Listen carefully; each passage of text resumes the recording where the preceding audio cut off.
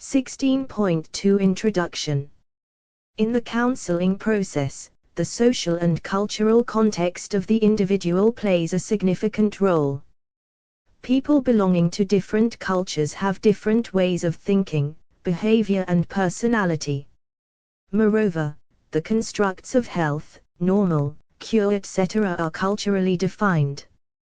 What is considered as a normal behavior in one culture can be considered as an abnormal behavior in some other culture. In this context, the Diagnostic and Statistical Manual, DSM, of Mental Disorders by American Psychiatric Association, APA, which is a standard classification system of mental disorders followed internationally, has also acknowledged the importance of culture in diagnosing mental disorders in order to provide an appropriate therapeutic intervention. Despite this fact, the application of Western-originated counseling approaches is widespread without giving due importance to the social and cultural context. The appropriateness of generalizing and universalizing some theories is questionable in particular cultural contexts. It is now being widely recognized that people belonging to different socio-cultural backgrounds can have different ways of thinking and behavior which can be entirely different from these generalized theories. Therefore, there is a need to understand and integrate the indigenous concepts related to counseling for better therapeutic interventions. 16.3 Counseling in the Indian context, indigenous approaches. Counseling is not new to India. From ancient times, our sages have tried to understand the mental processes and different ways to control it. As it is widely accepted, psychology in India is basically interwoven with the philosophical and religious texts. It is a blend of philosophy, mythology, theology and cosmology. Ancient Indian texts provide detailed and sophisticated explanations of many psychological constructs like mind, cognition, personality, emotions etc. In this context, traditional literature provides plenty of evidence that Indian approaches to psychology and more specifically counseling does exist. Recently, many researchers have also pointed out this fact by highlighting the resemblance between many Western psychological concepts and the ideas proposed in ancient Indian writings. Ancient Indian texts and scriptures are rich with psychological constructs that provide useful insights for counseling practices. Furthermore, a variety of culturally relevant psychotherapy models are in practice in India since time immemorial. Vedas and Upanishads can be considered as the primary source of information related to counseling practices in India. There are 4 Vedas, namely, Rig Veda, Yajur Veda, Sama Veda and Atharva Veda. Rig Veda and Yajur Veda provide explanation of various psychological constructs including mind and mental illness. The Upanishads give explanation to concepts like perception, consciousness, thought etc. Mental health problems and psychopathology, more specifically, are understood in terms of disequilibrium of tridosas and trigunas. We will learn about it in later sections. Traditionally, the elders, mainly parents and teachers, are considered as the primary agents of counseling during different stages of one's life. Thus counseling is inbuilt in the process of socialization as a part of growing up, and aims at developing all the faculties of the child and becoming a good human being. Various indigenous approaches to counseling can be described as below. Bhagavad Gita. Bhagavad Gita is a part of the epic Mahabharata. It consists of 18 chapters and 701 verses which are deeply embedded in the Hindu psyche and serve as spiritual guide to many people. This is one of the most proclaimed citations of a counseling process wherein Lord Krishna assists Arjuna in the battlefield of Kurukshetra. Arjuna got depressed when he realized that he had to fight with his own relatives. It was through dialogue and communication that Lord Krishna guided Arjuna to overcome stress and anxiety. Lord Krishna counseled Arjuna and guided him to overcome his problems and achieve a state of mental equilibrium. The dilemma Arjuna faced in the battlefield is an allegory of our lives where we face the internal conflicts in the battlefield of our minds. This context of Lord Krishna and Arjuna is often equated with various psychotherapeutic approaches of the West, for example, behavior therapy, client-centered therapy and cognitive behavior therapy. But it has been found that the text is very rich and subject to multiple interpretations, and requires more research. It offers explanations to effective counseling and the characteristics of a good counselor. If used judiciously, the teachings of Bhagavad Gita can help in conflict resolution and better management of psychological conditions like anxiety and depression. Bhagavad Gita provides insights into the therapeutic solution of many distressing problems. Jnana, karma and bhakti are considered as the three important approaches to understanding and leading a fruitful life. Jnana, which can be called as the cognitive appraisal, is the first task that a person should do while facing any situation. It points out the deep understanding of the spiritual nature of the human being in contrast to the individual ego experiencing pain and pleasure. This concept can be helpful in reducing the impact of negative life events. Karma refers to one's actions. We will discuss it in detail in the next point. Bhakti is the faith in God. It stresses the importance of identification of the soul of an individual with the Supreme Soul through complete dedication and surrender. All these three approaches to life can help one deal with the various problems and sufferings of life, and help one to focus on the supreme knowledge and power. The Karma Theory. Ancient Indian texts highlight the importance of karma, deeds, in the life of an individual. Karma means the appropriate action. The karma theory is based on the belief that every event in a person's life has a cause and effect relationship. It is based on the philosophy of as you sow, so shall you reap. The law of karma states that every individual has to pay for her/his actions, and according to this belief, mental illnesses are considered as the consequences of one's bad karma of the past. However, this does not indicate a deterministic or fatalistic approach. Rather, it highlights personal responsibility as it states that with good karma a person can change their destiny, thus changing what happens in their life. Such concepts can help in motivating a person in a therapeutic situation. The construct of karma plays a significant role in the Indian context when it comes to adaptation, adjustment and coping processes. It provides a value-oriented explanation of an individual's life conditions. People in Indian context actively construct the meaning and causality of their problems on the basis of their karmas. This also influences the way people deal with their problems. Mindfulness. Mindfulness basically means awareness. It refers to the way of paying attention, which is accepting, sensitive and independent of any thoughts or judgment. It is about being aware and fully conscious of the present moment experience without attaching any value to it. Mindfulness has its roots in Buddhism, but the experience of mindfulness is mentioned in many sacred texts. Practicing mindfulness can be understood as a way of relating to one's own experiences that helps in decreasing the pains associated with life's difficulties, especially the self-imposed ones. It includes awareness, attention and remembering. In counseling, practicing mindfulness can be beneficial in many ways, some of which are as follows. Mindfulness may help in developing emotional regulation. Mindfulness promotes metacognitive awareness and enhance attentional capacities, which can help in effective emotional regulation. Practicing mindfulness can help in cultivating better relationships.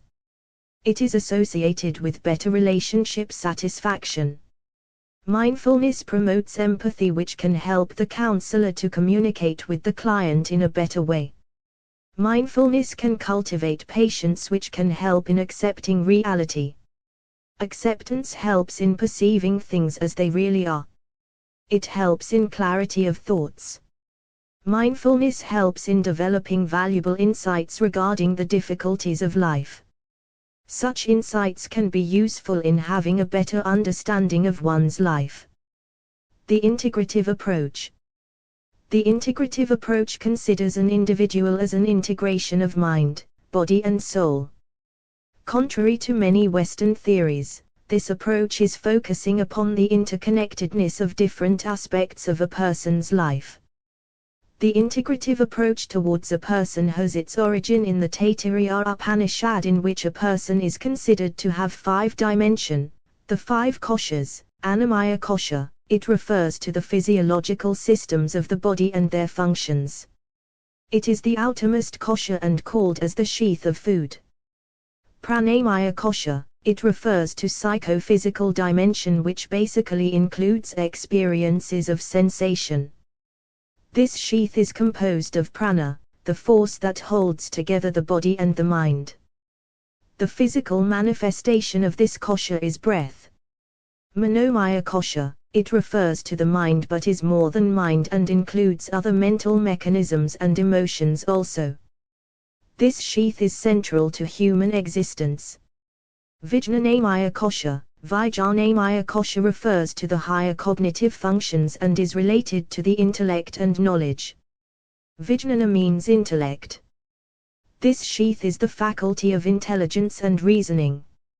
Anandamaya kosha. Anandamaya kosha is the spiritual dimension of a person. The word anand refers to a state which cannot be explained in words. It refers to transcendence, something that is beyond explanation. It is the innermost kosha. All the pancha koshas are integrated with each other. Although they are considered as separate entities, but they are inseparable from each other. Change in one of the koshas is likely to affect other koshas. In the counseling process, the first task of the counselor is to identify the kosha from where the problem is originating. Depending upon the kosha, an appropriate therapeutic intervention is then provided to the person. Thus, the effectiveness of counseling, from this perspective, depends upon the identification of the kosha. Yoga and meditation. Yoga is one of the most followed practice of Indian origin, which was first described by Patanjali in his classic text on yoga, called Yoga Sutras. Yoga literally means joining together or union. The word yoga is derived from the Sanskrit word yuj, which means to unite, bind or join. It basically aims at making an individual understand herself/himself at all levels by gaining control over one's own body, mind and senses. It is a holistic practice that integrates and develops mind, body, breath and soul.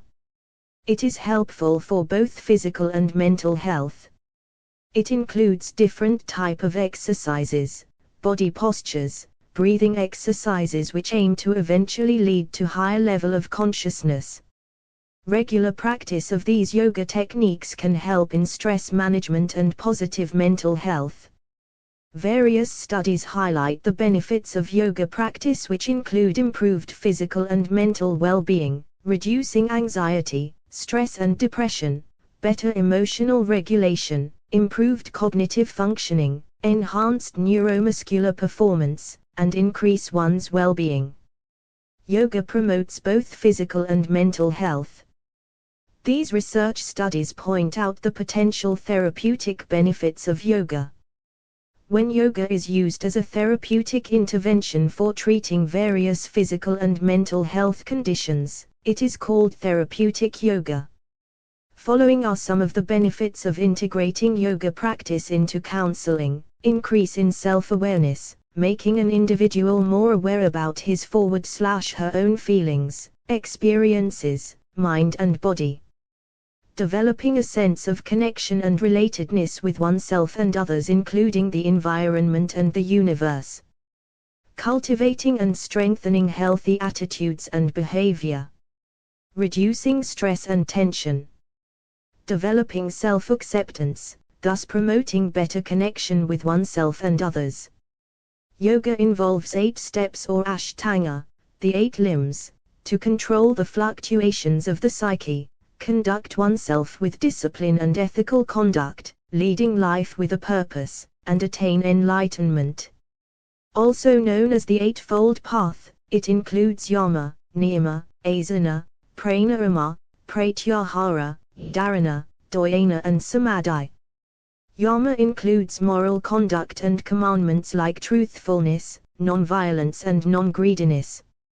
Niyama refers to various practices, positive duties, observances and habits in one's daily life such as cleanliness, discipline, study and contentment that helps you lead a good life. The next 2 steps, asana and pranayama, include various physical posture and practicing various breathing techniques respectively. The 5th step is pratyahara, which involves withdrawal of the senses and introspection to have access to the psyche. The 6th step is dharana, which means concentration. Next step dhyana refers to meditation, and finally samadhi is a standstill state of psyche where one attains a blissful state. The word meditation has come from the Latin word meditatum, which means to ponder. It means to engage in contemplation or reflection. It can be described as a state of thoughtful awareness and mental silence at the same time. Meditation is a process that transforms the mind into a state of equilibrium and harmony. It can be understood as a means of controlling the mind and turning its focus on the transcendental realm of being. The practice of meditation calms down the mind and relieves stress and anxiety. Practicing meditation may lead to the experiences of higher states of consciousness. Ayurveda. Ayurveda is one of the traditional systems of medicine in India. The term Ayurveda is made up of the combination of 2 words, Ayu, which means life, and Veda, which means knowledge. It basically refers to the science of life and involves caring for one's physical, mental as well as spiritual health. It is based upon a holistic approach towards health and deal with person as a whole. Ayurveda defines health as a state of a perfect balance between body, mind and soul. It describes 3 gunas as dimensions of one's personality: sattva guna, raja guna and tama guna. Sattva guna comprises of purity and contentment, thus a sattvic person lives a life of purity, absence of desires and expectation and a service orientation. Raja guna is characterized by love for power, action, fame and lust. A rajasic person emphasizes more on achievement and success. Tama guna include anger, ignorance and greed, and a tamasic person is characterized by selfish attitude, inertia and harming others for personal benefit. For a psychologically healthy person, the equilibrium between the 3 gunas are required. A disturbance in the equilibrium is likely to cause mental disturbance. The practitioner / counselor first need to identify the guna or the personality dimension of the person. The Ayurvedic practitioner also considers the tridosas as the basis of the treatment. The tridosas are based on body humors, namely, vata, wind, pitta, bile, and kapha, phlegm. These are the 3 vital forces in the human body based on the elements of air, fire, and water. They influence our physiological as well as psychological functioning. Balance in these 3 dosas leads to health, whereas lack of balance causes diseases. The tridosas are also considered as the reason behind mental disorders called as unmed. Ayurveda considers the person as a whole, known as Purusha. Every Purusha is unique in terms of the Prakritis / he has according to the proportion of dosas in their body. Prakriti refers to nature, and in this context, it means the innate nature of the person as per the balance of the tridosas. The counseling process in Ayurveda starts with an assessment of Prakriti of an individual. Every therapy should be applied keeping in view the nature and constitution of the person. Studies point out that identifying the prakriti would help in predicting proneness to specific disease and designing therapy interventions tailored to individual needs. Vedantic counseling.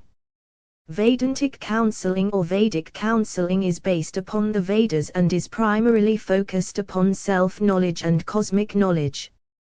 There are 4 Vedas: Rig Veda, Yajur Veda, Samaveda and Atharva Veda. The Vedas give detailed explanation of various mental conditions and their treatments. One of the most renowned counseling practice comes from Ayurveda, which is an Uparveda of Atharva Veda. Vedic counseling emphasizes the concept of Dharma, which includes the importance of right actions, right living and right awareness. Vedic counseling aims to enhance the self-understanding of the person so as to uncover their true potential, which would lead them towards a harmonious relationship with the universe as a whole. It basically considers the following as the 4 main goals of life: A. Dharma, the righteous action; B. Artha, wealth; C. Karma, pleasure; and D. Moksha, liberation. Thus an individual is engaged in the pursuit of these goals to different extent, which determines living a good life. The Vedantic counseling focuses on having a proper outlook towards life, absence of which leads to various mental health problems and mental illnesses. The purpose of Vedic counseling is to help individuals unfold their lives with self-awareness and self-realization. Our distorted notions of self makes us trapped in a state of ignorance and suffering. Removal of this ignorance and restoration of our self-awareness to its true self is the goal of Vedanta. Guru-Shishya relationship. In Indian context, Guru-Shishya Parampara, the teacher-disciple tradition, is an epitome of counseling practice. In ancient India, the students were expected to live with their gurus or teachers in the Gurukul. There was a relationship of mutual trust and care between students and teachers. The teacher taught the disciples with dialogue and discussion. The teacher used to give lessons relevant for life and was more than a teacher for his students. The guru was the teacher, the parent, the friend and the guide for the students. All these qualities should also characterize a counselor for effective counseling process in the Indian context. There are numerous examples depicting the Guru-Shishya relationship in its truest form, in the Indian mythologies. From the story of Yama and Nachiketa to Lord Krishna and Arjuna, there are many examples of the Guru providing counseling to the Shishya and helping him cope with psychological issues. In Indian thought, it is important to understand that not everyone can be considered as a guru. A person who has moved far on the path of self-realization can be a guru. The Guru-Shishya relationship should not be understood as a relationship with dependence. The Guru assists the Shishya in the process of discovering the real meaning and significance of the life. In this process, both the Guru and Shishya evolve. Integral psychology of Sri Aurobindo. The integral psychology of Sri Aurobindo has added new dimensions to the field of counseling. It considers a holistic view of the individual and aims to increase the self-awareness in order to help an individual develop his /her latent capacities. The harmonious well-being and self-actualization should be considered as the ultimate aim of counseling from the perspective of integral psychology. Following are some of the key ideas extracted from the integral psychology of Sri Aurobindo, with implication on the counseling process. Sri Aurobindo emphasizes on the evolution of consciousness at the collective and cosmic level along with the evolution of consciousness at the individual level. This view of consciousness has implications for the understanding of human life as it provides a completely different perspective to understand self, cognition, personality, emotions and motivations. A counselor following this perspective would help the client in the evolutionary process of his consciousness using every experience of his life. Furthermore, the consciousness of the counselor should also be on the path of evolution so that he can facilitate the development of others. According to the integral view, the main task of a counselor should be to enable the counseled for self-observation. This way the person can be helped to identify the root cause of his problems and heal it through his own unique relationship with the divine. From this perspective, the process of counseling can be understood as a journey of the divine in the person. The person moves from an infrarational, animal, existence to a more rational, human, existence and further towards a suprarational, divine, existence. The counselor helps the person in this journey by being a fellow traveler who have simply walked ahead of him in this journey. It is important the counselor practice spiritual oneness and inclusiveness to overcome the sense of other so as to facilitate the process of evolution of him as a counselor and the counseled both. According to the integral view, the outer conflicts of a person are the reflections of his inner conflicts. Another source of conflict, according to integral psychology, is the contradiction between what one is and what one aspires to be. Learning to question and challenge one's own assumptions, values, thinking can help. Taking responsibility for one's own life can be a step towards resolving such conflicts. Integral yoga. Integral yoga can be considered as a way of moving from the mental to the supramental stage of evolution. It aims for the complete integration and transformation of the personality. In integral yoga, the person starts with becoming more and more conscious about himself, with the motive of gradual detachment and liberation from his impulses and desires. Integral yoga integrates the spiritual knowledge of the past and at the same time it seeks to evolve the individual to the level of the supramental consciousness. Sri Aurobindo has brought an element of spirituality in the understanding and practice of psychology.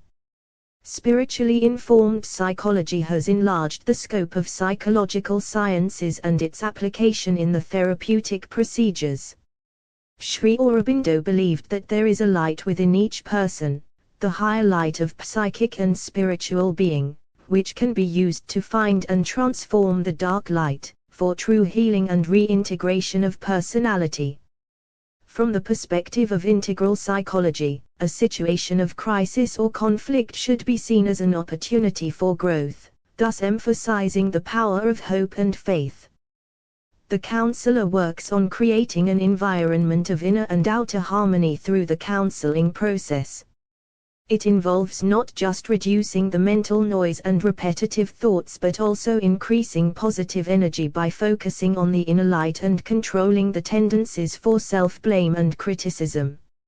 It also involves creating a harmonious body culture. Art and music can prove to be helpful in creating an environment of quietness, paving way for healing. 16.4 Implications of Indian cultural context for counseling. Each culture is characterized by its own features and practices. Venkatson has mentioned certain unique features of Indian families, more emphasis on interdependence, extended family structure, supremacy of the parent-child relationship, hierarchy of relationship in the family, expression of emotions more through actions than words, avoidance of overt and excessive expression of sexuality, less focus on materialism and more focus on spirituality and value-based living. These specific cultural aspects can have implications for counseling in Indian context. Family is the focal point in the Indian social cultural context which prescribes and shapes the value system of individuals. In our culture it is also said, Mata, Pita, Guru and Devam, meaning mother, father, teacher and God, who play a very important role in our socialization, development of our character, personality and values. Counseling is involved as part of their influence and guidance to the growing child and developing person. Hence counseling is more of directive in nature given the collectivistic context of India. Western psychotherapies focusing on psychoanalysis, Gestalt, existential approaches etc. become difficult and may not be that successful given the collectivistic context of India. Hence there is the need for a more eclectic approach, and integrating both the Indian approaches and the existing counseling theories so that the cultural context is taken care of, which is an important influence on a person's life. 16.5 The way forward. In recent times, there is a growing realization that the traditional Indian philosophical thoughts should also be incorporated in the therapeutic practices to make it more context-sensitive. Utilizing the Indian approaches to counseling to solve the mental health issues of indigenous people can have the following advantages over using other popular counseling approaches that are majorly rooted in Western approaches to psychology. The Indian approaches to counseling focuses on the person as a whole and not on the parts of the mind or body only that are affected. These counseling approaches focuses on the holistic development of the individual. It is important to understand the socio-cultural background of a person before thinking of a therapeutic intervention to be provided. The indigenous approaches to counseling can prove to be more effective as it will be more culture-specific. The people will be able to relate themselves more with the Indian ideas of counseling than the Western ones. There is strong relationship between the mental health of a person and his socio-cultural beliefs that often influence his worldview. Worldview can be understood as the lens with which people understand the world around them. It affects all aspects of life including physical, mental, emotional and social. In India, the problems related to mental health of a person often becomes a reason for stigmatization. There is stigma related to mental illness and people taking therapeutic interventions for that. Integrating the indigenous methods of counseling can help in reducing this stigma. Thus, a culture-sensitive counseling approach is the need of the time. An indigenous approach to counseling that makes use of the cultural values, beliefs, and symbols can prove to be more beneficial in successful counseling. An integration of Western and Eastern therapies /counseling will require adapting the former in methods of implementation rather than in the core content of therapy. This will address the specific cultural needs of people and lead to an eclectic approach to counseling. 16.6 Let us sum up. In this unit you learned about the Indian approaches to counseling. Indian scriptures and ancient texts provide a rich source of various approaches used for providing counseling. These indigenous sources of counseling include the Bhagavad Gita, karma theory, mindfulness, Panchakosha model, yoga, meditation, Vedantic counseling, Guru-Shishya relationship, and the integral psychology of Sri Aurobindo. The unique characteristics of Indian culture were described and their implications for counseling highlighted. Since culture is an integral part of one's life, counseling needs to be based in the indigenous approaches to be effective. An eclectic approach to counseling with a focus on the cultural needs of people will build up more acceptability towards counseling among people.